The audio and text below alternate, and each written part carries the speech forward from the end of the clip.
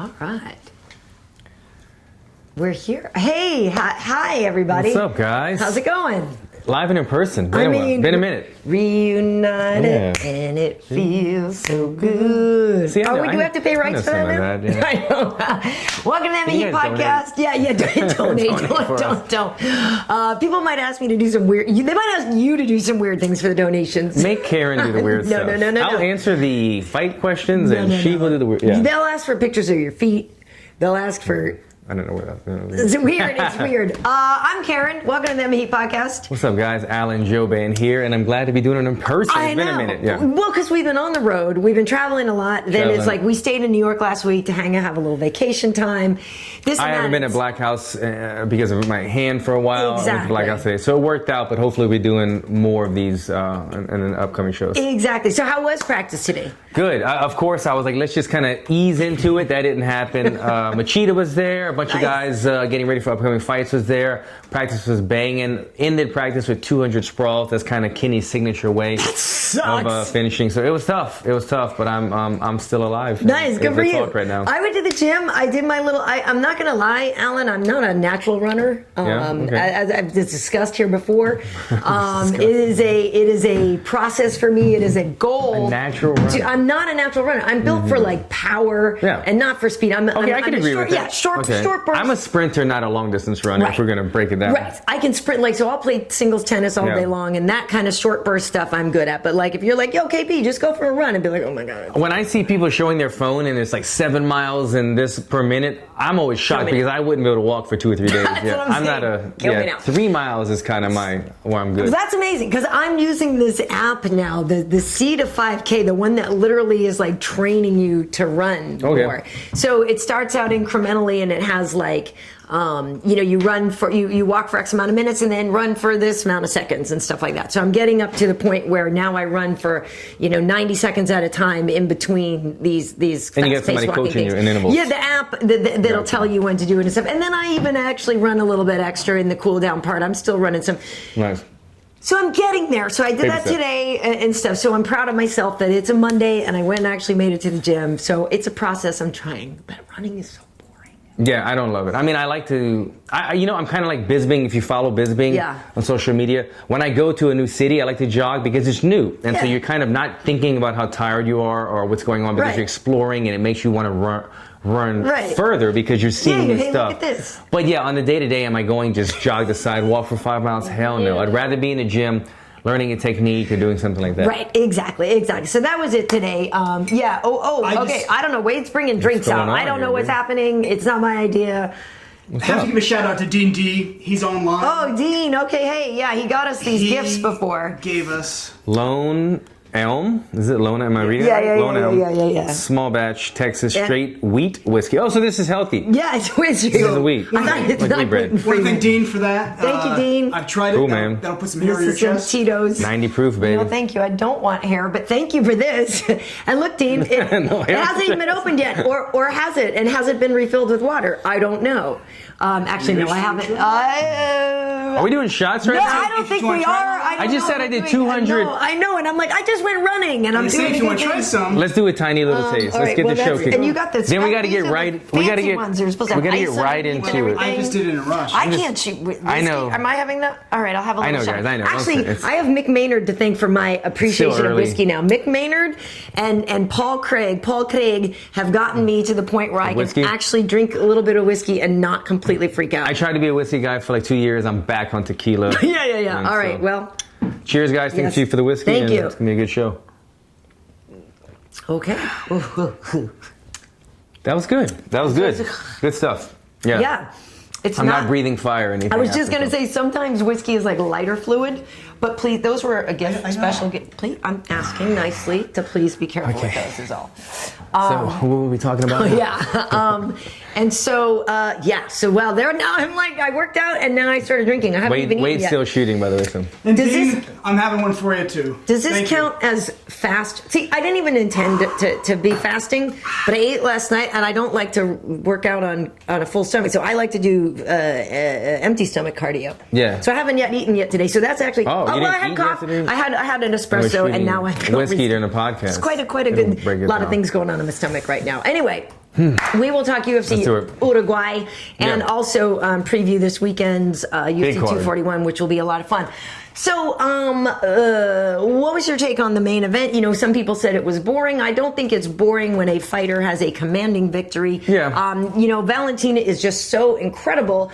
I'm not going to lie, I did expect a little more from Liz, but, you know, I can understand somebody's desire to stick and move when you're fighting somebody who's so good at countering like Valentina. Yeah, I mean, you know, Valentina kept Liz out of her natural range that she needed to be in the whole fight. And I did expect Liz to kind of say, you know what, let me just bite down on the mouthpiece and get in there at some point, which I didn't really see her do.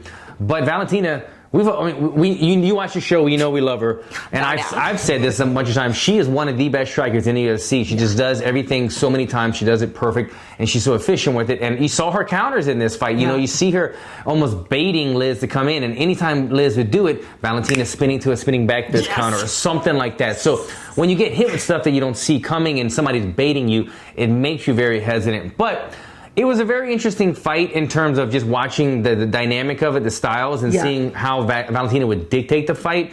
She is so dominant. It's hard to get fight of the nights against her because you need somebody who could dance with her. And I'm not trying to take anything away from Liz. Liz is great, but I think we've all seen now, we can all agree, Valentina is a dominant force in this division. We don't know if she's going to be dethroned anytime soon. And lastly on this, they're coming off of the Mike Perry Yeah, I know, right? So that was the thing. It was an adrenaline dump after that. Adrenaline dump. You know, you go from a fight like that with blood and guts and broken noses to a fight that was a very technical, less damaged fight. It doesn't look as good. Yeah, and we have, of course, we'll get to the Mike Perry fight for sure. Yeah, but I agree with what you said there. And here's the thing. By the way, though, good God, is Liz Carmouche in shape? I mean, my God, like she always has been, but on Saturday it's like, oh my God, she's like, shredded. She doesn't stop moving. You know what's funny? The Liz Carmouche and Uriah Faber comparison. They do look alike. The look-alike thing is funny, but they fight alike is what it was. They're both ripped up. They're both in shape. They both have that kind of almost wide stance with their legs. They do a wide base. Right. And they never really seem to get tired. No. And I knew that this fight was probably going to go the distance because two girls that are tremendous amount of shape, and there was going to be some hesitancy there. When you have girls that are fighters that are in great shape, and you know they're not going to be huge holes, huge openings. We saw in the Jessica Eye fight. She was a little more flat-footed than Carmouche, and she was willing to engage a little bit more. But she was also leaving herself open for more counter shots. Carmouche was not having that. She was only trying to get in and get out, but she was like when she was throwing those kind of just tick for tack type punches, she was still missing by about a foot. So if you're gonna even just throw those, she's not landing to hurt her, but she's kind of range finding.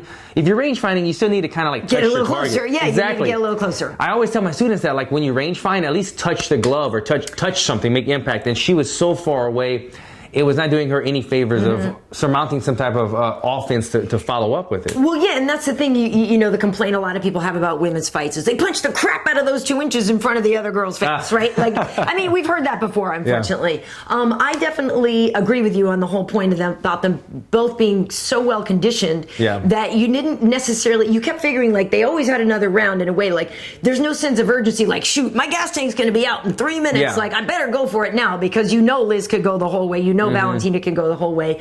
And I do think I expected some more shots from Liz. I expected her to try to go for the takedowns more. But again, that's not a question of her not trying because she did try some. Valentina stuffed some so perfectly well a few times. But there was a couple times, and then actually I think Valentina got Liz down.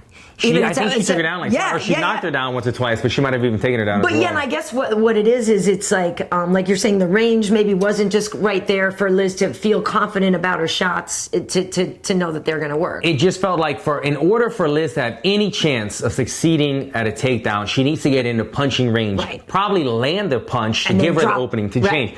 She couldn't land the opening punch, so how could she get into range when you're shooting from 3 or 4 feet away? When she did try those open octagon shots, she didn't even come close. And even though we think of Liz Carmouche, she's a 10th Planet black belt, by the way. She actually went and competed with one of our friends, Lila, and a bunch of great 10th Planet girls. And I forgot the name of the event, but it's like a 5-on-5 match where they go to, I think it was in Japan, and they compete against some of the best other 5 teams in the world. And they won the whole thing. Did great, right. They killed it. They did great. Liz is a beast on the ground. She's a black belt. She had black belts in her corner. Yep. But Shevchenko is amazing on the ground. She's underrated, and as amazing as a striker as she is, ridiculous. She has showed us time and time again that she's no slouch on the ground. No. She's got great takedowns. She's got great strength. And you saw when they wrapped up, and you could see the strength advantage. Right. Valentina was able to lift Liz up. Yeah, she had the double underhook, so she had the advantage, but she was able to lift Carmouche on the ground and slam her. Yeah. Stay dominant, stay out of danger, keep the pressure against the cage. She's making all the right decisions in every fight, so it's tough to get any type of advantage on her. Totally. Well, that's exactly what I was thinking, right? At one point when she had her down and she had top control, side control, this and that. I think that's literally when I tweeted. I was like, well, she's going to be champ for a while. I'm like, hashtag she's good at everything. Like, she's good at everything. There's no holes. And then what I thought was so cute afterwards in the post-fight interview or something, it was later on the show, I saw it, and she was talking and they were like, what do you even do from here? Like, what? And she's like, oh no, my coach Pavel, he'll find something. Like, he'll find something that I didn't do right. I'm like, it's freaking flawless. Like, and that is the benefit. But that's the thing, is like, she's so meticulous. She's so meticulous. And having a coach that's on the same page as you. Yeah. Because unbelievable. She's not learning, and look, this can go either way, but excuse me, she's not learning new technique, or let me try a new coach, or let me try something different. Her coach and her know each other so well, and they have covered so many things that when they say, okay, we've done 2,000 reps and all these things, but this one technique right here needs another 1,000 reps. Like, that's where they're at. They're at a level where everything is black belt, but what do we need to polish a little bit more? And so she's good everywhere. It's going to be really tough. I mean, you think back.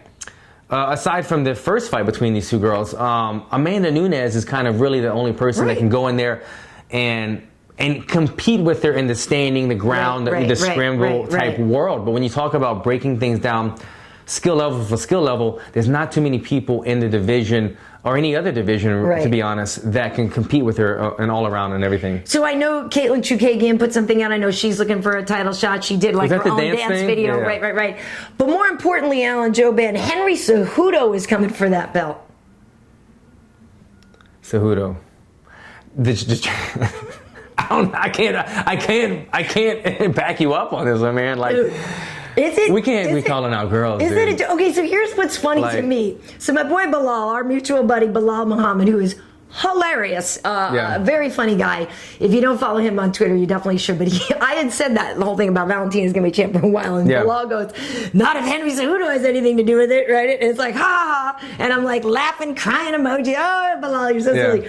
Cut to the video that Henry Cejudo put out, where he appears to be serious. Now, granted, Henry has a funny sense of humor, and I know Henry likes to tiptoe in the lines of controversy, so we get that. Right, and he loves to play into the cringe thing, right? Yeah. So it's like, if you already think he's cringy, he's going to double down and do something to make you cringe extra, which I find actually quite funny. But I wasn't sure this was a joke. I wasn't sure, and even if it were a joke, I don't think it's funny. It's got us talking about it, so I guess, I don't want to sound repetitive, but, that was the job that probably he intended. But, I see this a lot. Look, even though it's not just because Cejudo took T.J. Dillashaw, took his belt, but, think about Dillashaw. He was kind of a soft-spoken guy somewhat before becoming the champ. He wasn't as loud. He became champ, and all of a sudden he was kind of saying things a little bit out of character, a little bit to kind of keep the momentum train running, to keep that thing going, to keep his name in the headlines. And we've seen Cejudo really play that up. Ever since he became the champion, he's always trying to be somewhere, saying something a little bit controversial or try to do something. This is one that he might have taken a little bit of a dive on, because we were talking about it at the gym today. I was at Black House, and a lot of the other guys were like, yo, what do you think about him calling out a girl? Like you can't fight a girl, man. And we're like, I don't know what he's thinking. Like, we're talking about it, but it's a little bit distasteful. I'm not feeling it. But I think, he was so deadpan. That's what I guess. I don't know if it was a joke. I don't know if he knows. I think there is a bit of honesty in it. He's probably thinking, I'm just going to say this, let it fly off the cuff. Whatever happens, happens. I'm joking. But if they offer me the fight, I'm going to take it. That's what he's thinking. Obviously, I believe in, I better get equal pay to whomever the man is and all this stuff. But I still think there's a couple things that we shouldn't really joke about and beating up on a woman. I think and by the way, Valentina would give him a hell of a fight. But I'm just saying, I still think it's a little not appropriate to talk about. I do love fighting her a woman. response. Yeah. She was very confident in her response. That's what I'm saying. Valentina Yeah. would get some licks in. I'm not saying she couldn't. It was put some touches there, but it's not. I wouldn't have gone that route. I'd say stay with the gold medal thing, stay doing that, and take a page out of Max Holloway's book, call out DC, do something kind of crazy. Like BJ Penn used to say he wanted to fight Tim Sylvia back in the day, and we were like, what? You couldn't even imagine that. He's like, I'll get him down, I'll choke him out. Do those kind of routes, but don't call out women. But then also, didn't he say something weird like you're the next one who's got to bend down to me or so? He said something also that was the king of cringe, man. A little weird. Henry, I do like you, but I'm not feeling. He's fun. It's just that's one that everybody all his boys are like, hey, I can't really back you on that one. His hype men were like, all right. Hashtag me too. Yeah. Are there some comments on here? Or, long-time listener Joseph Boza. Okay. He's wondering if everyone's viewing Valentina through rose-colored glasses because she went in at a negative 1250 favorite, third highest in UFC history, so people were really expecting a knockout. Okay, but no, because Liz was smart enough to keep her distance. Yeah. And also, I don't want to. I'm not trying to spread any rumors here or anything. But I will say this: last Sunday, when we were in Newark and Antonina won her fight, Valentina was going to come up to the desk and join us. She was not feeling good.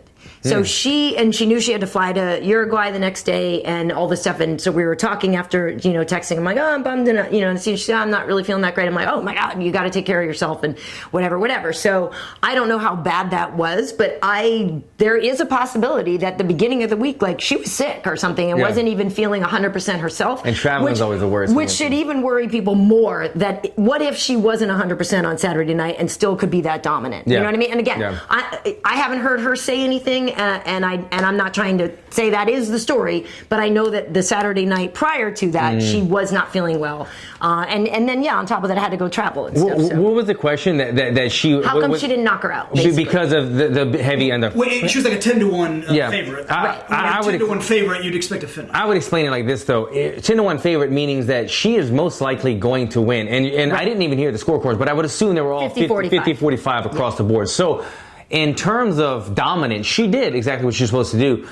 She won every single round. She probably won every minute of the fight, to be honest. I don't think she really even got hit that much. But it was just stylistically the way the fight was. Liz Carmouche is so good. She's so fast on her feet. She kept such a far distance. Right. And she didn't really expose herself to any dangerous positions. And even when she got taken down, she's so good. She kind of tried to play the rubber guard position and protect herself and try to scramble up. So there wasn't a lot of openings, is what I'm getting at, for the probability of a knockout to happen. She fought her well. She fought a smart fight. She lost, but she fought in a way to avoid getting knocked out. If they said, you know what, let's just throw caution to the wind and stand in the pocket, I think there could have been a knockout. But it was a very smart, intelligent, athletic fight by both women, so there wasn't a lot of openings for it. But she did the dominance she was supposed to do in terms of the scorecards. For sure. Any more before we move on to Perry and Luque? I don't know if there was any more stuff about the girls. Well, people were talking about Tatiana. Suarez will be good. I mean, she's a great takedown artist. She's a great wrestler. Yeah. I mean, her hands are going to have to get improved to be with Valentina. Valentina, obviously, we saw her stuff so many takedown attempts and stuff like that. Tatiana is going to have a little bit of length. That's the same division, right? They're Tatiana is definitely... Actually, no, they're not the same division. Tatiana's a strawweight. That's 115. This is flyweight, 125. Right. Wrong division. Tatiana maybe could go there or something. Yeah, she could maybe. Because of her dominance in wrestling, and then the division, the 25 division, not that deep. So she could go there. But Tatiana's somebody But she's like a fight away from a title fight. We have Weili Zhang and Jessica fighting later this month. She'll be waiting. People think Tatiana could be next. So she shouldn't change divisions right now. So anyway, so let's talk about that nose. Yeah, oh my goodness. Okay, so for those who don't know, Alan and Mike Perry have actually fought before. Yeah. You avoided that right hand. You were victorious over Mike Perry. Gave him his first loss. Yeah, and so Mike has been in some incredible fights, and they got fight of the night for this one. He got it with Vicente Luque, who Vicente is just a terrific fighter whose boxing is so crisp and all that. Destroyed the crap out of Mike's nose. I thought, yeah, we can show. Yeah, I mean, I'm sure people by this point have seen the nose. I feel bad for Mike taking that damage. It sucks. Don't wish that on anybody. Mm-hmm. A lot of people online then also were like, not only did he get his nose trashed, but he was robbed. I'm going to stay right here. I don't think he was robbed. I think that was a very close fight. I'm not mad at Luque getting the call. Yeah, I thought Luque won as well. But, okay, let me say this. And for those of you that think just because me and Mike had beef in a day, I don't have any beef anymore. I don't think he actually an entertaining guy. Yeah, I've actually grown to like him. When me and Mike fought, it was early in his career, and I didn't know if this guy was genuine or if he was just this or, you know, and when... Look, think about Conor McGregor. Conor McGregor's funny when he talks about people, when he makes fun of them and this and that. But think about if now you're fighting Conor McGregor, and now you're the guy that all the hate is coming at or whatever. Now you're not a fan of Conor McGregor. So that's how it was with me and Mike. You know, when he's directing, when we get to punch each other in the face, we don't like each other. When I'm watching him do the funny stuff that he does, the weigh-in stuff, I'm laughing, man. And I know he brings it every time. So I tried to watch this as unbiased as possible. Yeah. And I thought that Mike had some good moments in there. And if you're trying to... score it like who's got the momentum or who's landing some shots, it did seem like some rounds could have gone either way. Yeah. But the indisputable evidence or the elephant in the room in this fight is the damage, and damage is weight above all. Yep. And there's no way you can look at somebody and say, this guy looks like he got in a car wreck, but we're going to give him the win. And I know that's kind of a broad statement, like it doesn't always tell the story of a fight. But for a fight to be somewhat close in some rounds saying, man, they both had their moments. Right. But one guy is cut and bleeding and broken nose, and the other guy doesn't have a scratch on him, really. He looked pretty good for the type of fight that it was. There's no way in my eyes you can give Mike the win because of that, because damage above all is highly scored. And then also, I thought Mike did great. I really thought he did great. Yeah. But some of his shots, when the crowd would go ooh and ah, it's because Mike, he throws with such intensity, right? Yeah. That it's like, oh, this guy's going for broke. Mike puts caution to the way and he goes for it. And and the crowd responds to that. So even if it lands clean or if it hits the glove or it hits the neck, which a lot of his shots did, the crowd was getting out of their seat because they know anything could happen. Right. But Vicente's shots were, I think, landing a little more cleaner on target. Yeah, so anytime there was an exchange that I thought, oh, they both had a 3 or 4 punch combo, you were seeing Mike cut more because Vicente's shots, you know, Mike has his hands a little bit lower. Vicente kind of turns them over a little more. Mike powers through them, and some of them were kind of ricocheting. So I agree. I thought it was a good, close fight, phenomenal fight. Yeah. And the thing, I tweeted Mike this morning, actually, Karyn. I haven't tweeted. I think I had the guy blocked for a while, to be honest. I had Mike blocked because like I'd wake up every morning when we were fighting. Oh, he would talk so much. And it was like, I'm going to rearrange your face, pretty boy. And I was like, I can't live this way. Come on, right. And so I actually like listening to him now. So I tweeted him this morning. Like I was very impressed when he got his nose broken. Yeah. He was...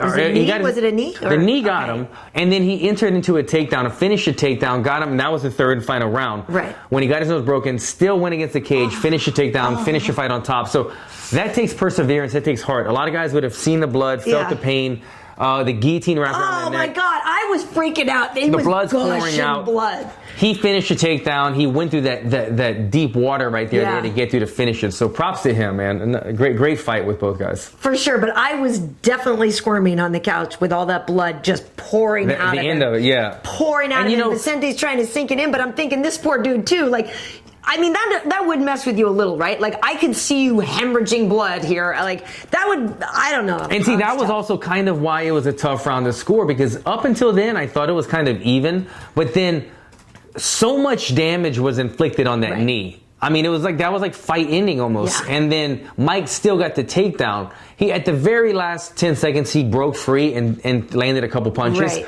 But do you give Mike being on top, but he was in a guillotine for about 45 seconds, I don't remember, but Mike takes him down with 1:15 left, gets a takedown, finishes the fight in dominant position. Do you score that heavier than the one knee that lasted 1 second, but rearrange Mike's face? Yeah. I don't think you can, because damage above all is how it's scored. And even though Mike was on top, he's gushing blood. And so for Mike to have evened the playing fields, Mike would have had to done some substantial damage while on top and really beat up Vicente to get that back. But that one knee changed the course of that round. So I think that's why, even though Mike, you could have said, oh, he stole the round, he got the takedown, but Vicente got up and he looked fresh as new, and Mike was in a world of hurt. So well, and didn't even Mike say something after the fact that, like, because they did get fight of the night, which helped, like, that he knows he needs to cover up more, because Vicente he's a great boxer, body shots, this, that covers up, and like you said, like really only took a little bit of damage. And the thing about it is he's actually been in several wars already. His last one, I thought. I know, and then Barberena won, and then the like he's been in a ton of wars already. But he's smart about covering up, and for some reason is able to not take as much damage apparently anyway. So happy for him. I know he talked about maybe fighting Ponzinibbio or something next.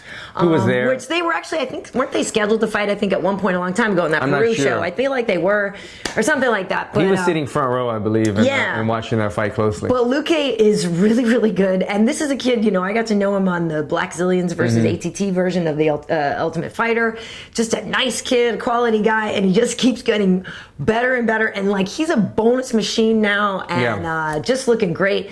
Hopefully, I saw like, you know, obviously Mike has like a 180-day suspension, you know, from contact and all that. And I don't know, man, I hope they can fix it well, because that probably is the worst I've seen. It's one of the worst nose breaks we've seen in a while. And well, they might have had a bare knuckle boxing one that was pretty bad recently like as well. when Jason Knight and one of those guys, they got trashed too. But it probably will be something that plagues him throughout his career, that, you know, whenever they touch nose, because Mike, he gets hit, you know, and he tends to kind of bleed a little bit too. His last couple of fights, we've been seeing him starting to cut open a little bit more and more and more. So he might have to make a small adjustment to maybe protect that nose, to protect some of that scar tissue, because at the end of the day, it's tough. The judges don't know, oh, this guy's already had pre-existing scar tissue. They see a one-punch land and it's cut and bleeding, and you land a punch on me and I'm not bleeding. You're going to get the favoritism for the guy that's bleeding. So Mike might have to kind of make some tweaks to protect his face, because he's bleeding a lot now. Fun fight, man. I'm glad these guys got a bonus. It really was fun. Well, so that was where like sort of my main thing. There was that other nasty cut. Paiva, I guess. Brazilian was the other and the that got white guy. That's all I remember. That one was brutal too. I enjoyed that, and I only saw the two fights we just spoke about, and then this one because I was at a wedding that day. But I saw that one live, and I don't know either guy's name, but the white guy had gotten cut. The white guy, sorry guys, the American. Paiva, it's like the American. It's a Brazilian guy on the main card. Yeah, no, it was on the prelims, wasn't it? Wasn't it on the prelims? It might have been, but you know, if you guys saw Dana White. Showed it. He had a nasty gash. But the one fighter was cut first, right here in his eye. And the referee stopped it and brought it to the doctors. Paiva is the one who got cut and got it stopped. Paiva was the one that stopped. Paiva had cut his opponent. Exactly. And they almost stopped his opponent. The referee let it go. It wasn't in a bad place at all. Bontorin. Yeah, sorry. Bontorin. Sorry. I don't have my glasses on your mouth skin. I don't know who it is. We're trying to figure out how we go. But Bontorin, he did good, man. To almost have a fight stop because of a cut, come back and cut your other guy, your opponent. Yeah. It stops that way. That's a crazy way to go out. So it seemed like the crowd was very polite in Uruguay. So they were. It was very quiet, right? Yeah. But there was that one Uruguayan fighter who I did see that he won, and so that was kind of nice too. You could tell it was emotional for him. But obviously this weekend we have UFC 241. Big Daddy, man. We have the rematch between DC and Stipe. It was July of 2018 when DC knocked out Stipe, kind of shocked the world there. Stipe hasn't fought since then, of course. DC has. There's a lot to look at in this rematch. Whether will it be DC's last? Who knows what's going to happen? But I gotta be honest with you. I'm on the one hand, I'm glad Stipe stuck to his guns and got his rematch. Yes. But I don't like that inactivity. Being out for a year while DC is staying active and everything. Yeah, he's got to definitely play confidence in the part of DC saying that like this really, not only did DC stay active, but to me the most telling part of it is this was one of those fights I feel like for Stipe, and I don't know personally, but I would imagine putting myself in his shoes that this rocked his world. You dethroned the champion. A guy from a lower division. We know DC's history from fighting in heavyweight, but nonetheless, the 205 champion came up a weight class and not only took your belt, but he knocked you out. He posterized you on TV. Yeah. And then I'm not trying to just add salt to the wound, but you know how it is. Like his Modelo thing, Brian Ortega becomes a Modelo guy. Things like that. So the trickling effect of not being the champion happened over a year's time. We saw DC rise even more. We saw other fighters get their opportunity. And Stipe, is sitting here at home mourning the loss, thinking about DC every single day. And look, you know what's tough, Karyn Bryant? Thank God no one has to fight you, because then they'd have to see your face on TV every day and go, God, I can't stand her. I can't get rid of her. Think if you lose to DC, the guy is on TV every day. They live in the dream, just like rubbing it in. Calling the fights. You would imagine that is right, you know. It's tough. You turn on the news, you turn on the fight, he's commentating, he's doing the post-fight show, he's doing the E60 or whatever it is. The other thing, right. I feel like it's been burning in Stipe. So I'm very curious to see what we see out of there. Do we see the most focused and the most intense Stipe we've ever seen, or do we see somebody who DC has gotten into his head and he just can't perform right because maybe DC has his number? A year of fuming inside of his head. Right. It's a lot. It's a lot for somebody to come back and do. Here's what I do hope. I hope that that year off means that any injuries that Stipe might have had, you always say totally that. healed up. It's a great point. Also, he had a baby very recently, great. around the time of that. Takes your mind off of things. A lot of great positive Less things. sleep, but takes your mind off of things. But I feel like, to play devil's advocate, even though I know I'm arguing I didn't like the inactivity, all of that time off, though, could have also been hit the restart button, right? How do we know that he actually watched? What if he went on a media blackout and didn't watch any UFC for a year, right? It. Like, focus on himself. Who knows, right? Who knows? This is a man, though, who obviously is willing to run into burning buildings and save people. So I don't expect an overabundance of nerves and that kind of thing. He's a mentally tough guy. Obviously, incredibly mentally tough. Defended his belt, 6 times or whatever. Like, the dude is a machine. He's amazing. I mean, the first couple minutes will tell us, right? Like how he reacts, and how it plays out. Because DC, has got the swagger, like you said, he's got everything going. But then again, DC has more to lose, right? Yeah. And I just heard in DC talking, starting to do his media stuff right now, and saying how the ball's in his court. That's kind of what he's saying right now. Like, he's making the money now. He's the guy. He's the face. He does have more to lose. He has, he is. He's going to be retiring soon. He's past his 40-year-old cutoff, and I know DC wants to go out right off into the sunset with a victory. What happens? He loses. Does he continue? I mean, trilogy maybe? Here's the thing, because if he loses, and we know how hard Stipe had to fight to get his rematch, would they right away book a trilogy? Right. And then DC rides off into the sunset. Now Stipe says, no, you made me That's what I'm saying. Stipe could be like, now the ball's in my court. I'm fighting Brock. I want the big fight. That's what I mean. I want the beast at the Black Beast at Madison Square Garden this year. That's what I mean. If I'm Stipe and I win, I don't know that I'm giving you a rematch. I think it's a totally fair argument from Stipe. He waited a year to get what he wanted. I don't know what's going to happen, but I do feel like this could be the last time that we see DC inside the octagon, because he's made more hints than I've heard him. Well, I say hints. I mean, he said before, I'm not fighting past 40. Obviously, he's doing that. I don't think the Brock Lesnar fight is going to happen anymore. He is still kind of leaving the door open to a possibility of John Jones. John Jones recently has kind of said that he is open to maybe trying at heavyweight. And if the Stipe fight, if DC rather continues to fight after this, win or lose, it would either be Stipe or John Jones, I would imagine. I couldn't see any other fight having the gravity to bring him back. But man, do you want John Jones to be your last fight? And what if you end and John Jones is a clean sweep, 0-3? But heavyweight DC's a machine. Right. It would have to be at heavyweight. It would have to be at heavyweight. That's what I'm saying. So maybe DC's got more confidence. I think DC can just win again on Saturday. I'm saying. I don't. There may not be a reason for a trilogy. DC's firing on all cylinders. He's owning it. He owns that championship. He is very comfortable in that skin. I find him hard to beat. I'm trying to think of common opponents. Did they have any common opponents? I wish I could have seen. Well, I mean, it's kind of hard because DC only fought in the UFC at heavyweight. He fought Frank Mir and he fought Josh Barnett, and I don't think Steve. I would have loved to have seen DC fight Ngannou. You know what I mean?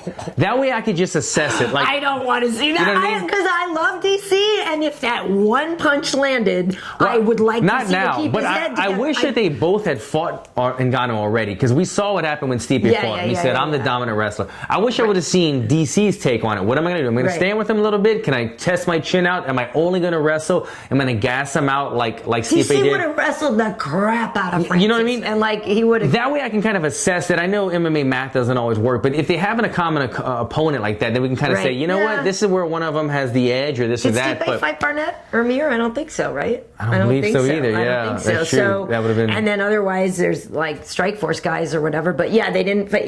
Well, Stipe fought the Black Beast, didn't he? No, DC fought the Black Beast. DC yeah, did, right. but I don't think Stipe did. If you guys know of one common opponent, let me know. But what I'm alluding to is I feel like we kind of know what DC brings to the table, and I say that not in a bad way, but like DC is DC, man. He gets in, he's got really good boxing on the inside, he has head movement, he actually has great leg kicks, and he's gonna put you in the cage, he's gonna run the high crotch and get you on the ground. That's what he's looking to do. If you turn your back, he's gonna rear naked choke you. That's what DC does. He's one of the best in the world at it, especially at heavyweight.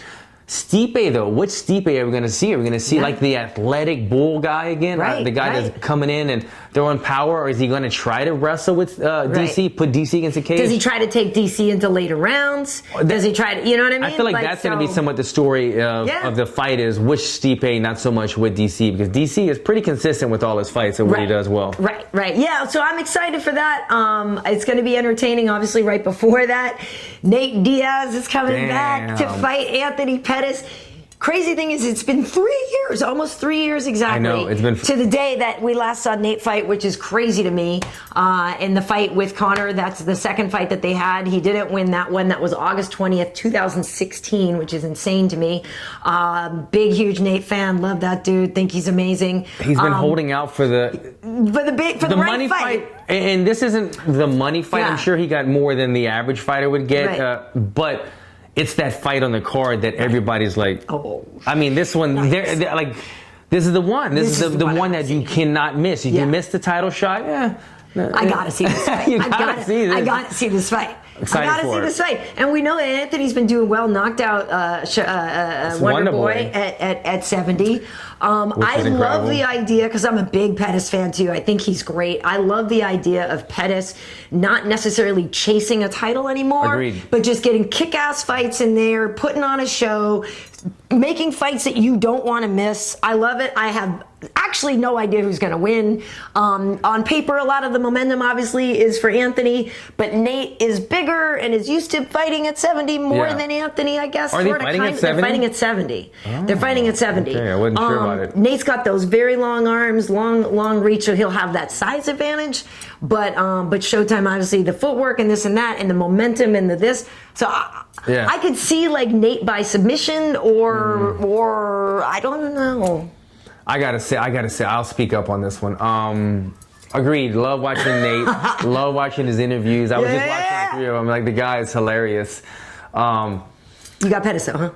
Got Pettis because I called it in a Conor fight. I go, man, when you watch him fight, you go, if you stop headhunting, because these guys are really tough to knock out. But if you chop the leg, so much easier. Conor made that adjustment. The second fight started chopping the leg. Obviously, Pettis could chop the leg. Also, the one time that Nate Diaz has been knocked out, it was from Josh the Punk Thompson. And he threw the right of the left, which is where you throw a punch and you just kind of decoying it to wrap your leg around the head. You're hiding the kick. And that's what happened. Shin the face. And Pettis, this is one of my favorite moves I throw at every fight. Pettis is probably the other guy that throws it just as much as me, if not more. Every single fight, when he dropped Tony Ferguson, it was with the punch, kick, punch, or punch, kick. You go back and forth. You kick, punch, kick, and it just throws them off. Because if you block the kick, you open for the punch. If you block the punch, you open for the kick. That is the Diaz brothers' biggest weakness, is that move and leg kicks. And you're going against a guy who excels at them. So, and aside from the 3-year layoff. I was going to say, well, that was the weakness 3 years ago. Here's the thing. Did he feel that hole? I don't know. Who knows? I mean, he's been boxing it up. He was supposed to fight Poirier. So he was in a camp for a while. Right, and then there was still talk of like the Conor thing was maybe going to happen. They would maybe have that trilogy fight. I mean, and the thing is even when Nate's not in camp, he's still a triathlete. He's still a guy that likes training, a lot of jiu-jitsu all the time and stuff. So yeah, I could see it that way too, I suppose, right? The Pettis by head kick knockout or something like that. I wouldn't, honestly, I like, this is just the popcorn fight. I'm not mad at either dude. Like, me neither. I'm just like, I just want to watch and enjoy it. But yeah.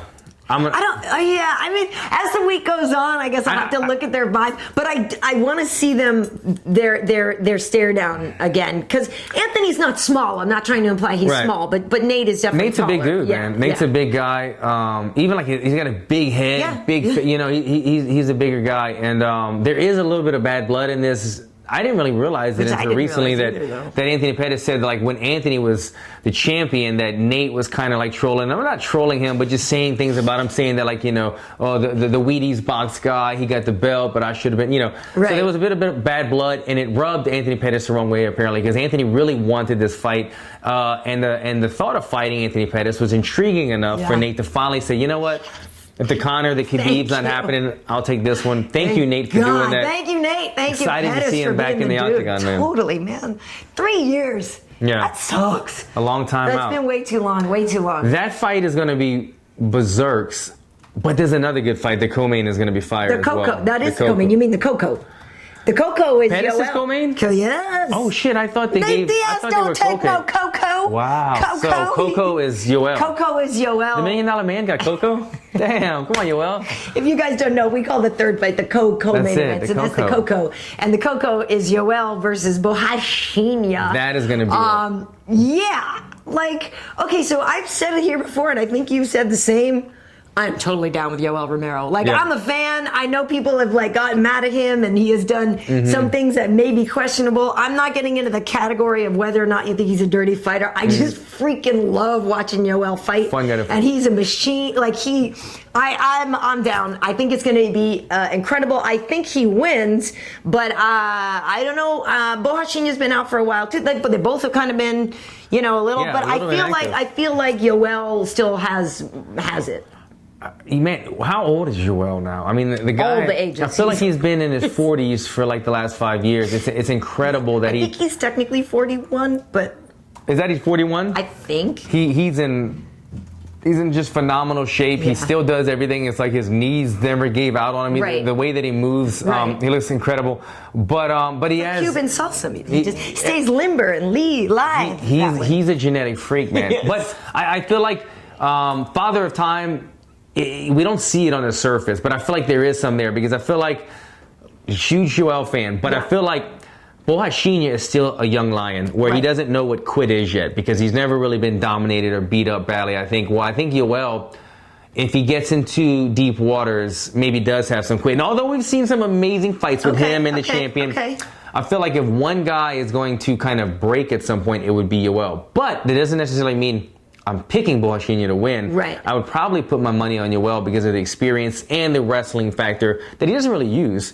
But, which is crazy. But he has the ability. But when you talk about a fight, and I say this sometimes in a show, when I see two people that like don't have like power or speed or like or the danger factor, then it becomes like, okay, it's a technical fight. I have to enjoy it for this reason. But above all, danger is what kind of brings us to the sport. Danger and entertainment. But when you see two guys that could end someone's night at any moment, you're gripping your seat, and these two guys have it. These guys are so big and powerful and explosive that it's one of those fights that I can imagine it being somewhat tentative, and you would think they might just ram horns, but I could see them coming out and being like, all right, you're a big dude, I'm a big dude, we're gonna kind of play it safe. Yoel kind of does that sometimes anyway. He tries to lull you to sleep, and then he does like an ankle pick or something. But there's gonna be a lot of danger in this fight. You think this fight goes to the scorecards? No. Okay, so here, that's part of my concern on the Borrachinha side is he hasn't really gone deep waters. Uriah Hall dropped him, or at least got him to the canvas before Borrachinha turned it around. So he did face some adversity in the fight with Uriah Hall, but he did end up winning. But I think Yoel has more power than Uriah, I would think, in his hands and stuff. So I feel like Yoel could definitely drop Bohashinya. And I guess really that's what it comes down to for me, is if it does go deep, even though Yoel might be completely fatigued, he's made it 5 rounds and stuff like that before. And I feel like the longer it goes, it's not going to be great for Bohashinya, who might be sitting there going, holy crap, I'm still in this fight. I'm still here. Holy crap. Like, it's just not, he's just not as used to it. I agree. And I guess if I was going to... and then add the keep taking you down. Because the one thing Yoel will still be able to do is shoot for takedowns, right? Because, even when he's exhausted, his muscle memory, that's his lifetime. That's all he does. He can still do it. So he has that in his back pocket. If I was going to argue that, I would say that Yoel likes to swing really wild, really wide, and throw everything into it. And when he misses, you have to bring it back, and it takes a lot of energy. And you see him sometimes, he'll throw a wild shot without any type of setup, and he almost laughs at himself because it was kind of goofy looking. But yeah, it would have taken your head off. But if Bohashinya could stay out of those and stay kind of a pick you apart game, if Bohashinya plays the tighter striking game, lets Yoel do the wider game, Yoel will tire first, but Yoel has the... we can go back and forth with this. Bohashinya has to keep it on the feet. Has to keep it on the feet, and I think he has to stay really tight because those looping punches that Yoel throws, you don't want to go back and forth with that. Bohashinya likes, when he hurts you with something, he'll go in there and you'll see the young lion take your head off. And that's when it opens up stuff. I don't know, I go back and forth on this fight. This is the thing, I like Bohashinya too. He's fun. I think he's got a nice bright future. I think he's entertaining. I like this matchup a lot. But here's the other thing now, and we don't really know how much money he walked away with, but Yoel doesn't really need to fight now, right? I mean, he got that huge settlement, and I don't know how much money he's really actually getting after legal fees and blah, What blah, was blah. the number that they It was said? like a $27 million thing or something. And let's say he walks with half or Who something? even knows what he'll get? And so we don't really know how much longer he'll keep fighting or whatever. So I just want to say, let's drink it in while we can. Exactly. Because Yoel is fun. You're in your 40s and you just got a $1 million settlement, multi-million-dollar settlement. Yeah. We might not see too many more of them, so I'm looking forward to it. So I'm actually going to host the open workouts on Wednesday. I have UFC now, and then go down there. So we'll be there. Wade and I will be there on fight night. Getting, press conference stuff. Depending on how our schedules are this weekend, we may or may not be able to do some of the other pre-fight things as well. But certainly, definitely, subscribe to Karyn Bryant channel, the MMA Heat channel for on Fight Night because, Wade is very good at getting those things up pretty quickly. So I was going to say something about Wade can get it up quickly, but that sounded weird. But that's almost like a compliment to you. Sorry, Mom. My mom's watching. She's Mom. Sorry, Mom. My mom is not. So anyway, 241. It's gonna be a good time. And then the next show that I'm working with for ESPN stuff is China. I'm going to go to China at the end of the month, and that one I'm actually going to be doing the backstage reporting and stuff, so it'll be a little different. Oh, nice. Haven't done that in a long time. I don't know exactly everybody on the card, but unfortunately I have some sad news to report. Our dear friend Joel Resnick, who was the president of Rough China, this is an organization that a lot of Chinese fighters started with. Wang Guan was there before. A couple, I think actually a few of the guys that are on the card maybe started in Rough. Joel passed away the other day, which was very sad for us to hear. I had definitely been struggling with some health issues, but he's a person who brought a very high level mixed martial arts organization to China. We hooked Herb up with him years ago. Herb went over and refed some events with him. We did a lot with them. So I literally used to be, when it was first starting, I would Skype with these fighters. They literally would be in like Inner Mongolia, and I'm Skyping with them and stuff. So maybe that's something we'll, over the course of the week here, like refresh, or before that Chinese show, some of the early interviews I have. But there's Joel there. So, I haven't put up yet. Oh, sorry, we got some pictures here. But, I'd actually had made the introduction with Joel and some UFC officials because, they were hoping maybe they could do some partnership thing or get acquired. This was before, the UFC even really was doing shows in China. And at the time, they'd only really gotten to Macau. Now we're going to mainland. I'm going to Shenzhen. But it's a real loss because this is a person who always had the greatest intentions and really wanted to help Chinese fighters get a real platform for exposure and to show them them that, like, you know, we can do this too. So he will definitely be missed. Yeah, sorry to hear that. Is Rough? Was it? Yeah. Is it still going? Is that still a current organization? That was the thing, because they were trying to just kind of expand it, actually, and then just, you know, it's hard because the Chinese, it was sanctioned by the government. Everything over there has to just be done a little bit differently. Yeah. So it's not as easy as to be like, hey, come on over and put on a show. But it was the more dominant one over there. Yeah. And so, like I said, I'll have to look it up, but a lot of the guys, if you see a Chinese fighter in the UFC, chances are they fought in there at one point, they started in Rough or definitely had some affiliation. But it's funny because like I said, guys like Wang Guan, like years ago, we were like, this guy's a star. Like he had it all together. I mean, his skill set was pretty good, but we knew that was something you could improve. But he was a good looking guy, had a nice personality and all this stuff. And so we were just like, yeah, you can become something. And that was actually even part of the whole thing, that why we worked with them was to give them a professional approach to it from an early onset. You know what I mean? To ready them for the real stuff that was coming. So definitely proud of the stuff that we did with Joel. And yeah, it sucks. It sucks. It sucks. So we'll pour a little out for him as well. Dean, are there any questions here before we wrap it up? No, not too many. All right. Well. Yeah. So what's your deal though? Now you're back to all your full-time training. How soon could you fight? What have you told figuring it out? Guys? I mean, I'll be honest. The injury this time, it took my mind away. It really did. Yeah. I'm so tired of being injured. I mean, I could go on and on with the injuries. I think I've had 10 broken bones and 8 surgeries within the last however many years. But in the last 2 years, I've had a neck surgery, an elbow surgery, a hand surgery, and 3 broken bones in my foot. Is that all? And that's in like, you know, a year and a half or so, the 3 fights. So it's been rough going through that. Yeah. So my mind was all over the place the last couple of months healing up. But once you kind of get healthy again, you that fire gets lit again. So I've been staying in shape, doing my sprints, working on my jiu-jitsu, polishing my jiu-jitsu back up. Today was my first day back at wrestling in Black House, and I feel really good. I feel really good. So I'm very optimistic about the future, to be honest. And we'll see. I'm just listening to my body right now. And then I think once I'm going full blast, sparring again, punching hard with this hand, then I'll have a better decision on like when and where. Well, I mean, you could start with, you said there's girls at Black House. You could just start punching them first, right? Yeah, I mean, you know, if Triple C could do it. I mean, you start with the girls. It'll be a little softer. We've got some tough It'll be a little softer. Yeah, no, don't mess with Carla and Ashley. Carla and Ashley are badasses. I wouldn't take a swing at either of those girls. Those two can wrestle. Yeah. I remember last time I was down, I was like, damn, girls, like they were getting after it. They've been getting after it at Black House too. The girls over there are getting strong. Also, folks, on Saturday, this guy is hosting, like the Modelo booth? Yeah, I'll be. So if you're at the fights, I think we're both going to be there. Wade as well. Everybody will be enjoying them, but Modelo's doing some type of viewing party, and they invited me, so I'll be there. If you see some type of Modelo thing going on, come check me out. And you're allowed to throw some back yourself, probably, right? I could buy you. Hopefully, I'm just like the beer guy at Modelo, and I just have like unlimited beer, and I can hook you guys up. We'll see. I'm not sure. Right. Well, come see me. Yeah, that'll be cool. All right, so these podcasts are also available as audio downloads. Go to MMA.audio. I know Wade was working some stuff out because the iTunes was going to be closing shop or something, right? So we'll figure it out. But MMA.audio is where you can get them.